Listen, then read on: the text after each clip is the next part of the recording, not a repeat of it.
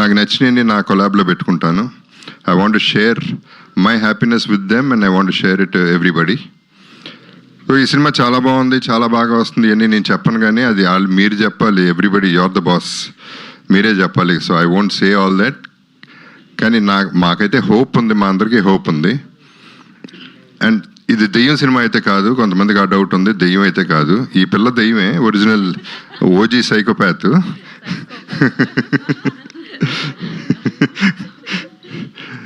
So ప్రతి ఒక్కళ్ళకి all the best చెప్పాల్సిన అవసరం ఉంది. ఎందుకంటే ఈ సినిమా బిజినెస్ చేయలేదు కాబట్టి. So business is going to be in the థియేటర్స్లో ప్రేక్షకులే మాకు బిజినెస్ ఇవ్వాలి. సో వాళ్ళకి welcome to them. First of all మా బాధ్యతల్లా సౌండ్ చేసి వదలా అనే సినిమా రిలీజ్ అవుతుందని చెప్పడం వరకే. అది మీరు తీసుకోకుండా తిరిగి నా మొహానే కొడితే మళ్ళీ వదలకుండా మళ్ళీ పట్టుకుంటాం మిమ్మల్ని. మళ్ళీ తిరిగి కొడితే వదిలేస్తా, ఏం చేస్తాను, వేరే చాయిస్ లేదు. సో అంత యాడమెంట్గా ఉన్నాం. ఈ particular cinema release actually 20 days back చేయాల్సింది, పోస్ట్పోన్ చేయడానికి రీజన్ కూడా పర్ఫెక్ట్ చేసి చేద్దాం. రిలీజ్ తర్వాత ఎడిషన్స్ డిలీషన్స్ లేకుండా ఒకేసారి పర్ఫెక్ట్ సినిమా ఒకటి బయటికి పంపిద్దాం, అందరూ ఆదరించేలా చేద్దాం అనేది ఒక ఐడియా. లక్కీగా నాకు తెలిసి ఈ సినిమాకి ట్రోలింగ్ అయితే అవ్వదు. ట్రోలింగ్లు చేసే అవకాశం టైము ఎవరికి లేదు. సో అక్కడ కొంచెం బయటపడతాం. సో ట్రోలింగ్ ఎందుకు ముఖ్యంగా అంటున్నానంటే, కొన్ని సినిమాలు టార్గెట్ చేసి సినిమా ఆడకూడదు, వాళ్ళు నాశనం అయిపోవాలని చేసే ట్రోలింగ్ల వల్ల మనమే బాధపడుతున్నాం, మనమే ఫైనలీ ఆ రెస్పాన్సిబిలిటీ తీసుకుంటున్నాం. సో ఇండస్ట్రీని సేవ్ చేద్దామంటే let's not get in to negativity, let us get into positivity and watch. Though this film is a thriller, family థ్రిల్లరే, 100% డ్రామా ఉంది, థ్రిల్లర్ ఉంది కాబట్టి అందరికీ నచ్చుతుందని we're hoping for the best. Sir ఒకే ఒక క్వశ్చన్ సార్, దాని తర్వాత మీడియాకి మనం Q&A సెషన్కి ఇచ్చేద్దాం. సో మీరు మామూలుగా ప్రతిరోజు లైక్ ఏదైనా నేను ఇది వదలా, ఖచ్చితంగా ఇది కావాల్సిందే అనుకునేది సార్? ఎవ్రీడే లైక్ ఇది ఇంపార్టెంట్, వితౌట్ దిస్ లైక్ నేను అసలు బయటకు వెళ్ళను అనుకుని ఎప్పుడు వదలకుండా ఉండి. సిగరెట్.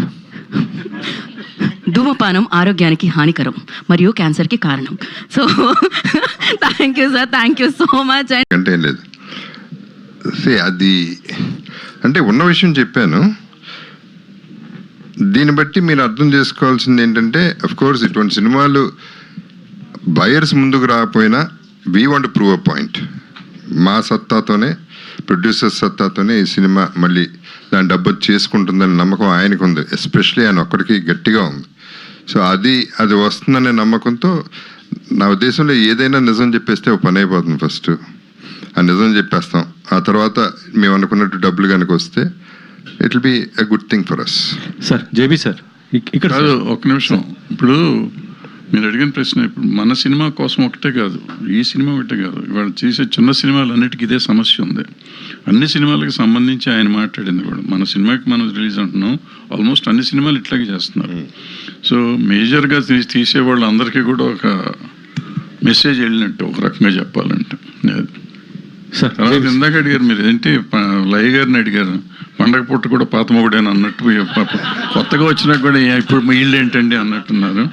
కాదు పాపం, వీళ్ళు వయసు పెరిగింది, వాళ్ళకి వయసు పెరిగింది కాబట్టి మళ్ళీ అదే జోడి బాగుంది, హీరోయిన్ గా చేసే అవకాశం వస్తుంది ఈ టైంలో కూడా అనేసి మళ్ళీ వాళ్ళతో చేస్తాం. కొంచెం ఆవిడకి ఇబ్బందిగా ఉందేమో తెలియదు మరి. ఇప్పుడు నాతో ఫీల్ అవుతున్నావు నువ్వు? లయ గారు, ఇప్పుడు ఎన్నో బ్లాక్ బస్టర్ హిట్ మూవీస్ తీసినటువంటి జగపతి పిక్చర్స్ ఇప్పుడు సినిమాలు తీయట్లేదు అంటే, ఇప్పుడున్న మార్కెట్ ఇదైపోయి తీయట్లేదా, లేకపోతే ప్లానింగ్ ఏమైనా ఉందా సార్? మా నాన్నగారిని అడిగి చెప్తానండి. నాన్నగారు దసరా బుల్లి లాంటి ఎన్నో గొప్ప సినిమాలు తీశారు సార్ జగపతి పిక్చర్స్ పైన, కానీ అలాంటి పెద్ద బ్యానర్ ఇప్పుడు ఎందుకు తీయట్లేదు అనేది వస్తుందండి. అడివిశేష్, సాయి మార్తండు, సునీల్, మీ ఇద్దరు నేను అందరూ కలిసి చేస్తున్నాం.